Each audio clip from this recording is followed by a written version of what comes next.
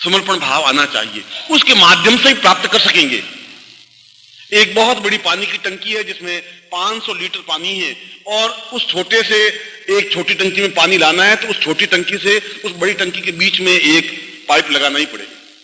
Pipe लगाएंगे तो छोटी टंकी भर जाएगी, पाइप नहीं लगेगा, संबंध नहीं जुड़ेगा तो वह पानी उसमें नहीं आ सकता। हमारा मेरा संबंध तो ये ज्ञान, ये आनंद की छलछलाहट तुम्हारे बीच में नहीं आ सकती, दूर खड़े रहने से नहीं आ सकती। इसके लिए तो पूर्ण रूप से समर्पण होने की भावना की जरूरत है। और समर्पण शब्दों से नहीं कही जाती, आंसुओं के शब्दों से कही जाती है। आंसू अपने आप लिख देते हैं कि यह समर्पण हो गया है। रुंधा हुआ गला अपने आप में कह देता है कि यह एक दूसरे के प्रति अनुरक्तता है। आंखें की कोर, आंखों में लिखी हुई इबारतें कह दीजिए कि ये एक दूसरे के प्रति इन्वॉल्व है, क्योंकि आंखें सब कुछ कह सकती हैं, गला सब कुछ कह सकता है, नेत्र सब कुछ कह सकते हैं। इसलिए आप होठों से कहें कि हम तो आपके प्रति समर्पण है गुरुदेव, आप बहुत महान हैं, वो अपने आप में समर्पण की भाषा नहीं बन सकती। समर्पण की भाषा के लिए आपकी आंखें, आपके आंसू, आपकी छलछलाहट, आपकी उदासी और छटपटाहट और वेदना अपने आप में सब कुछ कथा कहानी मुझे कह देगी कि आपका समर्पण है। और जब ऐसा समर्पण है तो फिर आपको किसी प्रकार की साधना की जरूरत नहीं है, क्योंकि उसमें 500 लीटर पानी है तो उस 1 लीटर की टंकी में तो पानी अपने आप बहकर आ ही जाएगा, उसमें कोई नई बात नहीं है। एक क्रिया तो यह है। अब उसके लिए आपको समर्पण ही नहीं आता, क्योंकि जो गणित कर सकता है वो प्यार नहीं कर सकता। उसके लिए तो फना होने की जरूरत है। यदि पतंगा ये सोचे कि ये दिया, साला दिया तो जलता रहेगा, मरेगा, दिया बुझेगा कि नहीं, अपन क्यों पंख जलाएं, चलो दूर खड़े खड़े दीपक को देखते रहते हैं, तो फिर पतंगा नहीं कहला सकता, फना नहीं हो सकता। फना होने के लिए तो बिल्कुल अपने आप को न्योछावर कर देना पड़ता है। आगा पीछा गणित नहीं सोचता और आप फना नहीं हो सकते। नहीं फना हो सकते तो फिर मुझे आपके जीवन में वह सब कुछ ज्ञान डालना पड़ेगा जिसको पाशुपत प्रयोग कहते हैं, पाशुपत दीक्षा कहते हैं। जब आप तन से मुक्त नहीं हो सकते तो फिर मैं जबरदस्ती आपको तन से मुक्त करके खड़ा करके दिखा सकूं, जिससे कि आपका ग्रस्त जीवन, आपका साधनात्मक जीवन, आपका आध्यात्मिक जीवन अपने आप में पूर्ण आनंददायक बन सके। और मैं इस शिव की नगरी में, शिव के सानिध्य में मैं आपको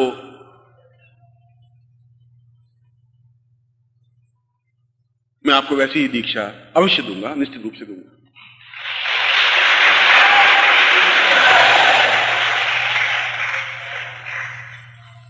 शाम को मैं दीक्षा का जो भी क्रम निर्मोही जी और आप लोग मिलकर के जो रखेंगे उस क्रम को अपन रखेंगे। और वह दीक्षा आप में से प्रत्येक साधक और साधिका के लिए अगर ऑक्सीजन लेना अनिवार्य है तो यह दीक्षा भी आपके लिए अनिवार्य है। अगर सांस लेना आपके जीवन की आवश्यकता है तो दीक्षा भी आपके जीवन की आवश्यकता है, क्योंकि उसके बाद आप जिंदगी में इस प्रकार की दीक्षा प्राप्त कर नहीं सकते, संभव नहीं है, यह अनुकूल नहीं है।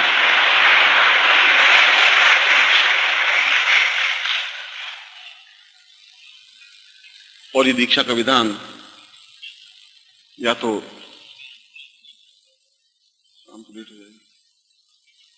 यदि आप पूर्ण श्रद्धा के साथ मेरे सामने बैठ सकेंगे तो अवश्य ही उस विशिष्ट दीक्षा को प्राप्त, जिसके लिए शास्त्रों में कहा है कि पुरुषोचितम दुर्लभ वै नरे राम देवोपि दुर्लभवाम पूर्वम सदैव। देवताओं को भी अत्यंत दुर्लभ है, क्योंकि देवताओं को भी बार बार भगवान शिव के पास जाना पड़ता है पाशुपत दीक्षा के लिए। और बार बार जाने का मतलब है कि एक बार जाने पर दीक्षा नहीं प्राप्त होती, फिर दूसरी बार, तीसरी बार, इसलिए बार बार शब्द का प्रयोग किया है। पुनर्भी बार बार उसके सामने गिड़गिड़ाना पड़ता है, प्रार्थना करना पड़ती है, तब देवताओं को भी बड़ी कठिनाई से भगवान शिव उस पाशुपत दीक्षा को दे सकते हैं। अगर देवताओं के लिए अनिवार्य है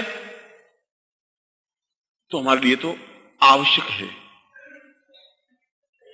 आप स्वयं अपने आप को डिफरेंस महसूस कर सकेंगे दीक्षा के बाद, आम व्यक्ति में, आप में।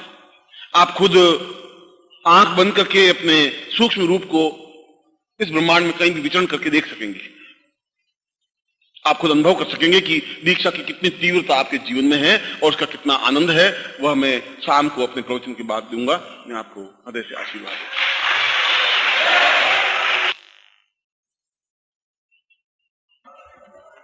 जिस प्रकार से आप नृत्यशील होते हैं और ये नृत्यशील और नृत्य जीवन का सबसे बड़ा सौभाग्य होता है। सबसे बड़ा सौभाग्य इसलिए कि हम प्रत्येक प्राणी, चाहे पशु पक्षी और मनुष्य, पृथ्वी के गुरुत्वाकर्षण से बंधे हुए हैं, पृथ्वी से चिपके हुए हैं, और नृत्य के क्षणों में हम पृथ्वी से ऊपर उठ जाते हैं, चाहे 1 सेकंड के लिए, चाहे 5 सेकंड के लिए, और हमारे दोनों पैर और एक पैर ऊंचा उठ जाता है और गुरुत्वाकर्षण से मुक्त हो जाते हैं।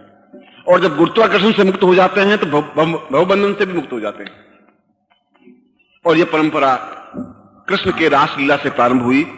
और यदि कृष्ण नृत्यमय हो उठते थे, और यदि कृष्ण अपने तन को भुला देते थे, और यदि उनके साथ सैकड़ों गोपियां और गोप तन को भुला देते थे, तो फिर चैतन्य महाप्रभु ने भी उसी परंपरा को कायम रखा। और यह परंपरा तो हमारे जीवन का एक अनिवार्य अंग है, तत्व है, क्योंकि इसके माध्यम से ही हम अपने जीवन की उदात्त वृत्तियों को जागृत कर सकते हैं।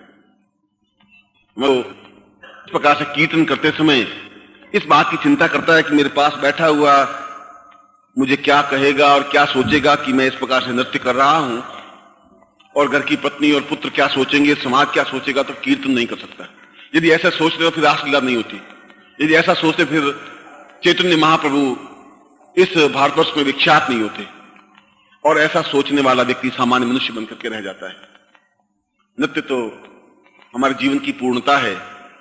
नृत्य तो भगवान शंकर ने भी आनंद के क्षणों में भी किया है, क्रोध के क्षणों में भी किया है। जब अत्यंत आनंदमय हो गए तभी उन्होंने लास्य किया, नृत्य किया, और अत्यंत तन्मय होकर के नृत्य किया। जटा कटासम भ्रम भ्रमण निविंपनजरी विलोलवी चवल्लरी विराजमान मूर्धनि दगद दगद दगद जुलाल लट्ट पर राखे किशोर चंद्र शेखरे रति प्रतीक्षण मम। एक अद्भुत लास्य था। और जब सती का दाह हो गया वृक्ष के यज्ञ में, तब उसकी लाश को लेकर के भी उन्होंने विध्वंसक यज्ञ किया और नृत्य किया, और वह भी अपने आप में नृत्य था। इसलिए जब आप कीर्तन करें, जब आप देव चिंतन करें, जब गुरु चिंतन करें, तो फिर अपने आप को भुला दें, और जिस दिन भुला देंगे उस दिन जीवन की पूर्णता आ पाएगी। मैं तो बार बार आपको एक ही बात ये याद दिलाता हूं कि आपके जीवन में आनंद किस प्रकार से अनुभव हो सकता है, क्योंकि हम 24 घंटे तनाव में रहते ही हैं, मजबूरी है आपकी। चिंताओं से आप व्याप्त होते हैं। चिंताओं से मुक्त होने की क्रिया अपने आप में बहुत कठिन है, और मैं आपको चिंता मुक्त होने की क्रिया ही सिखा रहा हूं। ये सारी क्रियाएं चिंता मुक्त होने की हैं, और चिंता मुक्त केवल देवता हो सकते हैं। मुझे विश्वास है कि हम आगे, यहाँ के कलाकारों ने बहुत सुंदर कल भी कार्यक्रम प्रस्तुत किए थे, आज भी प्रस्तुत करने की आकांक्षा रखते हैं। जहां राधा मटकी भर करके आती है और कृष्ण उसको दिखाई नहीं देते हैं। कृष्ण का विलंब राधा के लिए असहनीय हो जाता है, और उस विलंब के लिए इसको कई बार बिठाती है, खड़ा करती है। और ये सारी घटनाएं, और ये 5000 वर्ष पहले की घटनाएं मेरी आंखों के सामने साकार हो जाती हैं। ये तो एक जीवन का आधार है। जीवन में तो सैकड़ों घटनाएं सैकड़ों प्रकार से घटित होती ही हैं, और मैं वापस कई हजार वर्ष पहले की घटनाओं में चला गया था, तो उन्होंने कई स्मृतियां मेरे सामने ला करके रख दी। मगर जो कुछ हुआ वह ठीक था, और जो कुछ हो रहा है वह भी ठीक है।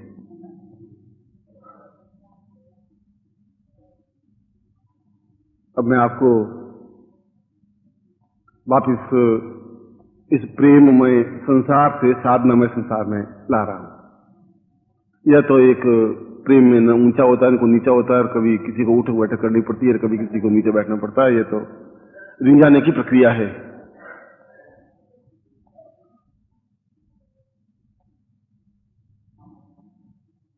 सुबह मैंने प्रवचन में उस दीक्षा के बारे में कहा था कि वह दीक्षा पूरे जीवन को सजा देती है, संवार देती है।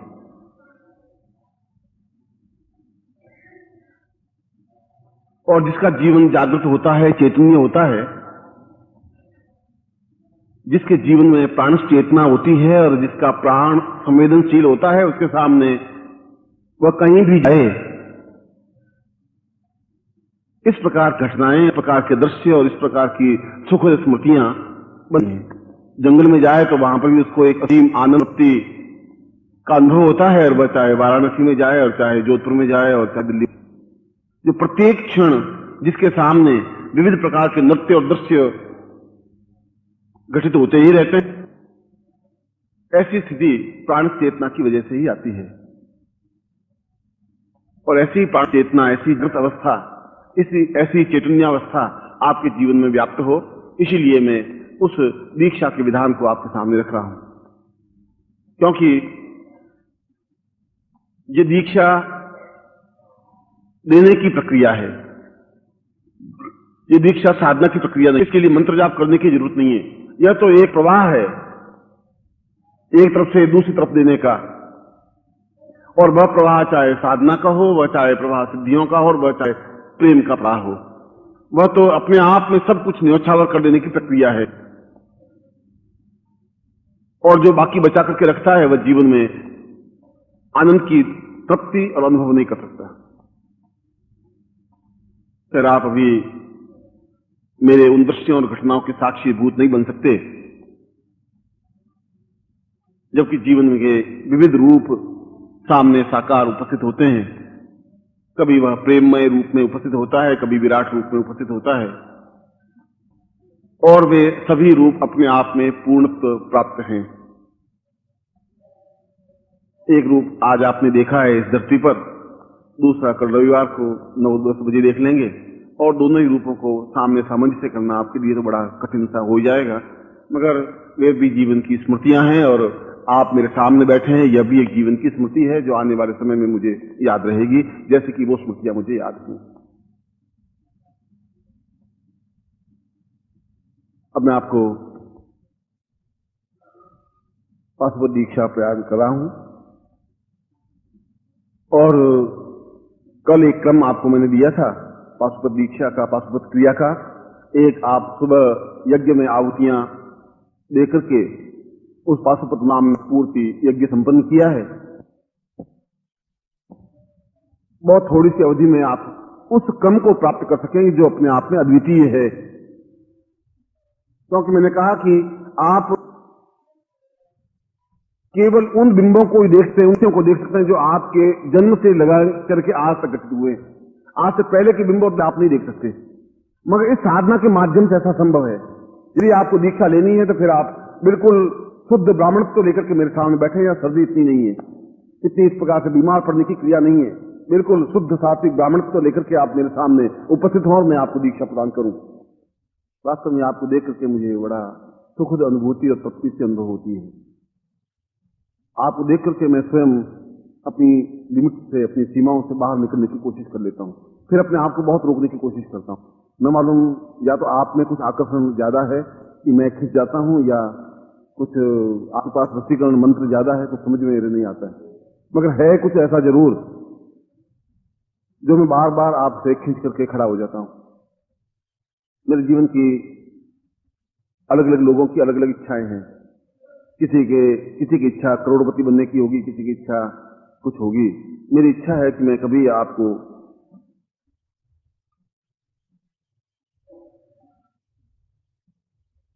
उस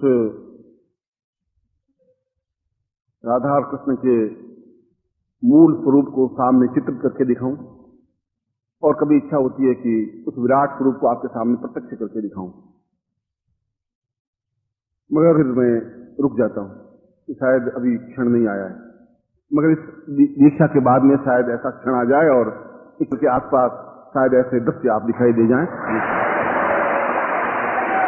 क्योंकि नृत्य वहां हो रहा था, मैं सोच रहा था कि मैं यहाँ स्वयं साक्षात दिखाई दूं पूरी घटनाएं कि ये वास्तविक घटनाएं हैं, मगर फिर अपने आप को रोक दिया कि ऐसा अभी समय नहीं आया है, थोड़ा समय और बाकी है।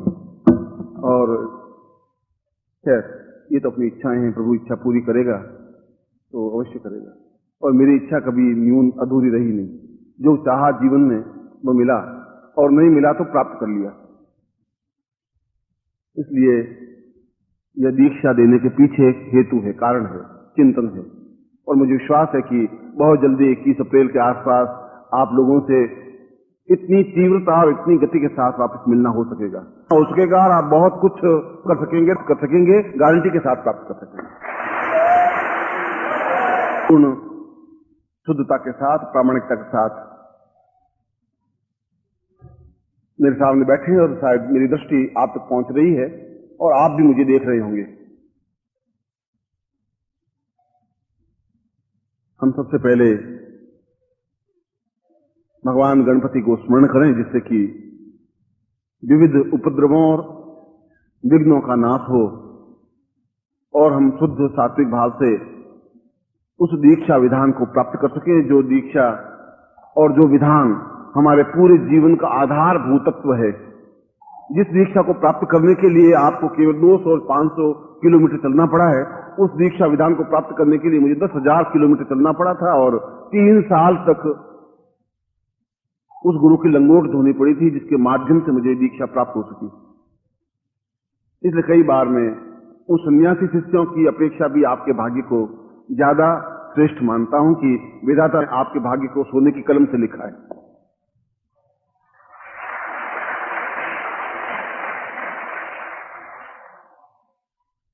ओम विघ्नं परां पूर्वमदैव रूपम् विघ्नोत्तमायं प्रविचिन्त्य रूपम् गणां त्वमदैव रूपम् गणेशं प्रमेयं प्रणम्यं नमामि। मैं सबसे पहले गणों के समूह और गणपति, जो कि समस्त मंगल कामनाओं को प्रदान करने वाले हैं, जो हमारे जीवन में रिद्धि और सिद्धि प्रदान करने वाले हैं, जो यश और सम्मान देने में समर्थ हैं, जो हमें जीवन में सिद्धि और सफलता देने में समर्थ हैं, ऐसे ही भगवान गणपति को आपकी तरफ से हार्दिक प्रसन्नता और स्नेह के साथ प्रणाम करता हुआ आपको आशीर्वाद दे रहा हूं कि आपके जीवन में पूर्ण सफलता और समृद्धता प्राप्त हो।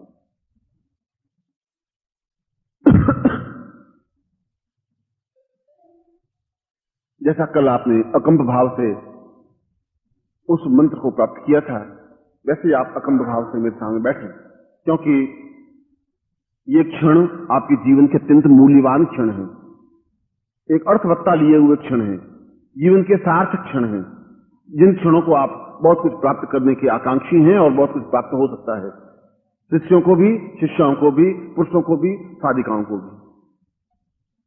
इसलिए आप तन्मयता के साथ में उन मंत्रों को अपने कानों के माध्यम से और आंखों के माध्यम से अपने शरीर में उतारने की क्रिया करें।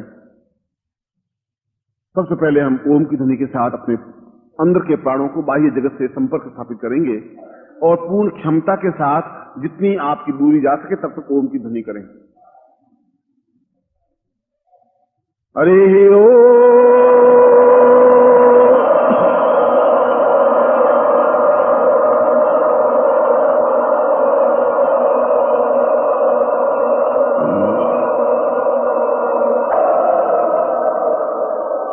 ओम पूर्णमदः पूर्णमिदं पूर्णात् पूर्णमुदच्यते पूर्णस्य पूर्णमादाय पूर्णमेवावशिष्यते तां पवित्रं पूर्वः अथास्मानं सचरते सक्रिये तां पुरुषमथास्मानं ससंकल्पं कुर्यात् गणपतिं स्मरेत। ओम सुमुखस्तेकदन्तश्च कपिलो कर्णकः लम्बोदरश्च विक्तो विघ्नाशो विनायकः धूम्रकेतुर्नादक्षो भारचन्द्रो जाह्नः द्वादशैतान्नामानि अपठेष्णुमादिभिः विद्यारम्भे वाहे च प्रवेशे निर्मेधा संग्रामे संकटे चैव वैदसत्यं जायते शुक्लां वर्धनं देवं श्रीवर्णं चतुर्भुजं प्रसन्नवदनं ध्याये सर्वविघ्नोपशान्तये रावस्तेषां जयस्तेषां कृतस्तेषां पराजय येषामिन्द्रियश्यामोदयस्तोऽपि जनार्दनम् अभीष्टार्थसिद्ध्यर्थं पूजितोऽयं सुरासुरैः सर्वाविघ्नहरस्त्वस्मै गणाधिपते नमः। सर्वमङ्गलमाङ्गल्ये शिवे सर्वार्थसाधिके शरण्ये त्र्यम्बके गौरी नारायणे नमोस्तुते। सर्वदां सर्वकार्येषु नास्ति मङ्गलम् येषां मध्यस्थो भगवान् मङ्गलाय तनोहरि तदेव लग्नं सुजनं तदैव ताराबलं चन्द्रबलं तदैव विद्याबलं देवबलं तदैव लक्ष्मीपते सनामि यत्र योगेश्वर कृष्णो यत्र पार्थो धनुधर तत्र सृजो भूतध्रुवानि मतिर्मः सर्वेषां मधुकार्येषु त्रयस्त्रीं भुवनेश्वरा देवादिहन्ति सिद्धिं ब्रह्मैशां जनार्दनः वक्रतुंड महाकाय सूर्यकोटि समप्रभा निर्विघ्नं कुरु मे देव सर्वकार्येषु सिद्धिदाम् त्वां विघ्न सत्तुदलने च सुंदरेति भक्त प्रियेति सुखदेति बलप्रदेति विद्यापदेतु कहरेति जय स्तुवन्तीं तेभ्यो गणेश वरदो भवन्ति मे वनयां पूजयां सांगाय स परिवाराय सायुधाय स शक्तिकाय महागणपतिं रिद्धि सिद्धि सहितं महागणपतिं मम हरे आवाहयामि स्थापयामि नमः ओम नमो गणेभ्यो गणपति विष्टवो नमो नमो रातेभ्यो रातपति विष्टवो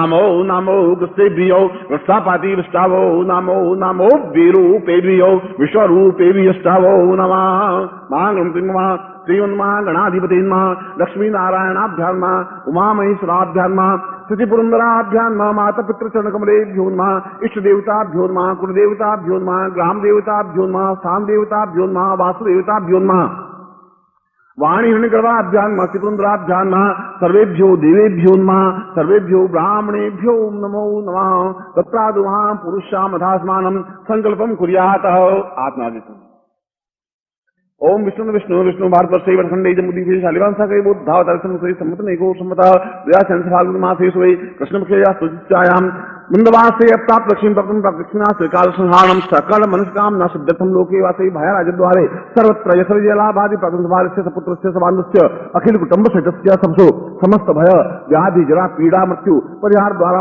आयु आरोग्य धाम अमुक गोत्रोत्पन्नोहम अपना गोत्र बोलिए अमुक सर्वाहम ताम गुरु साक्षिण अग्नि साक्षिण सूर्य साक्षिण जल साक्षिण ताम पुरुषाम ताम पाशव दीक्षा प्राप्ता निमित्तम मम प्रसुप्त जीवन ताम देव जीवन प्राप्ता निमित्तम सर्व दुख दार्द कष्ट पीड़ा निवारणार्थम सर्व क्लेश दासी पुरुषाम पूर्णत्व प्राप्ता निमित्तम सौभाग्य ऐश्वर्यादि वर्धे ताम तुभ्यम संवर्धे मां गुरु विष्णु गुरुदेवो महेश्वर गुरु साक्षात् परब्रह्म तस्मै श्री गुरु चरण कमलेभ्यो नमः ध्यान मूलम गुरु मूर्तिर्पूजा मूलम गुरु पदम मंत्र मूलम गुरु वाक्यम मोक्ष मूलम गुरु कृपा मूकं करोति वाचालं पंगूलं हृदयगिरिं यत्कृपात्महं वन्दे परमानंद माधवम् त्वमेव माता च पिता त्वमेव बन्धु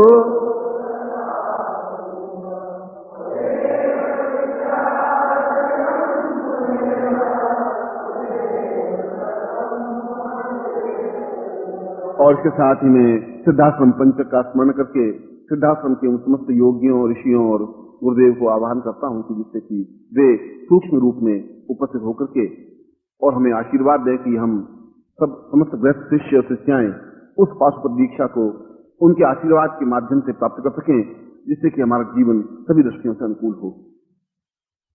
और आप मेरे तन्मयता के साथ में मेरे साथ उच्चारण करेंगे जो भी जिस प्रकार मैं कहूंगा। त्वमेव माता च पिता त्वमेव बन्धुश्च सखा त्वमेव विद्या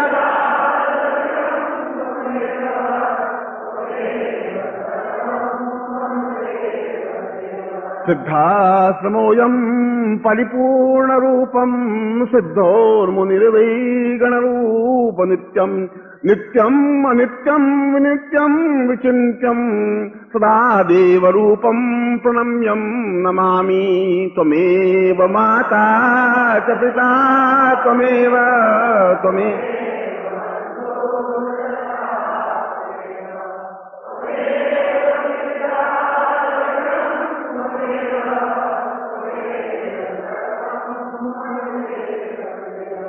सिद्धोऽपि रूपं गुरुत्वं स्वरूपं परापर स्वरूपं देव स्वरूपं ब्रह्मा स्वरूपं सचिन्त्य स्वरूपं सर्वै गुरुर्वै प्रणम्यं नमामि त्वमेव माता च पिता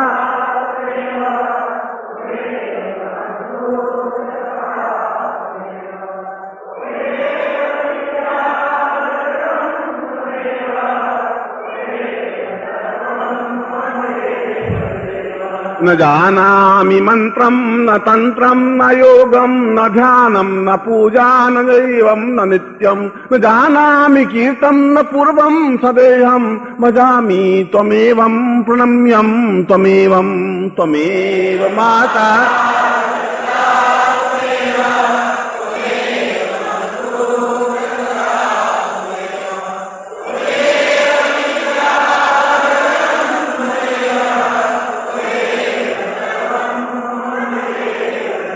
गुरुस्त्वं त्वमेवं गुरुस्त्वं त्वमेवं सिद्धोऽपि नित्यं त्वमेवं त्वमेवम् अजन्माम् अर्वम् अविरूप नित्यं प्रणम्यं नमामि प्रणम्यं नमामि त्वमेव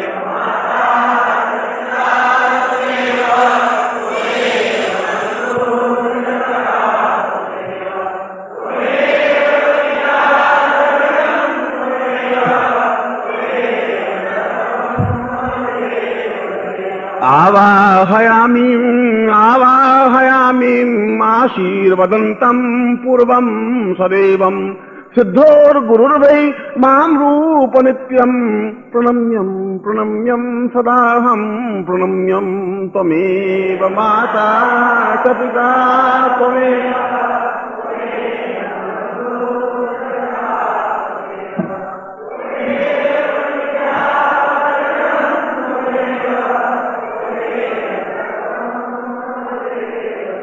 अरे त्वमेव माता च पिता त्वमेव त्वमेव बन्धुश्च सखा त्वमेव त्वमेव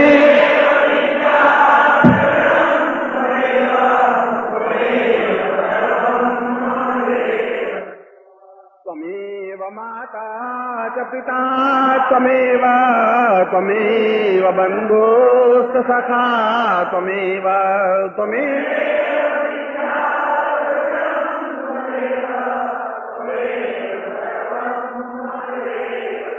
अनाथो दरिद्रो जरारोगयुक्तो महाक्षीण दीन सदा जाड्यवगता विपत्ति प्रविष्ट सदाहं भजामि गुरुस्त्वं त्वमेकं प्रणम्यं त्वमेकं माता च पिता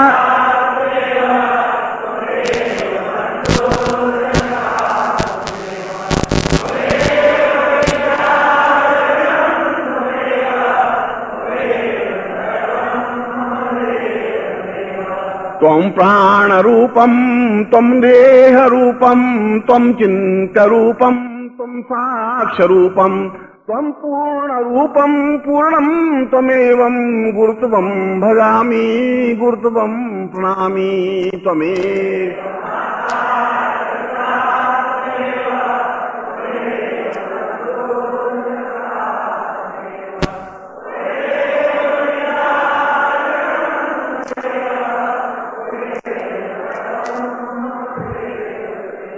मम हृदय रूपं स्थापितुमेवं गुरुत्वं प्रणवाम सदैवं स्वरूपम् आविर्भतां पूर्वमदैव रूपम्।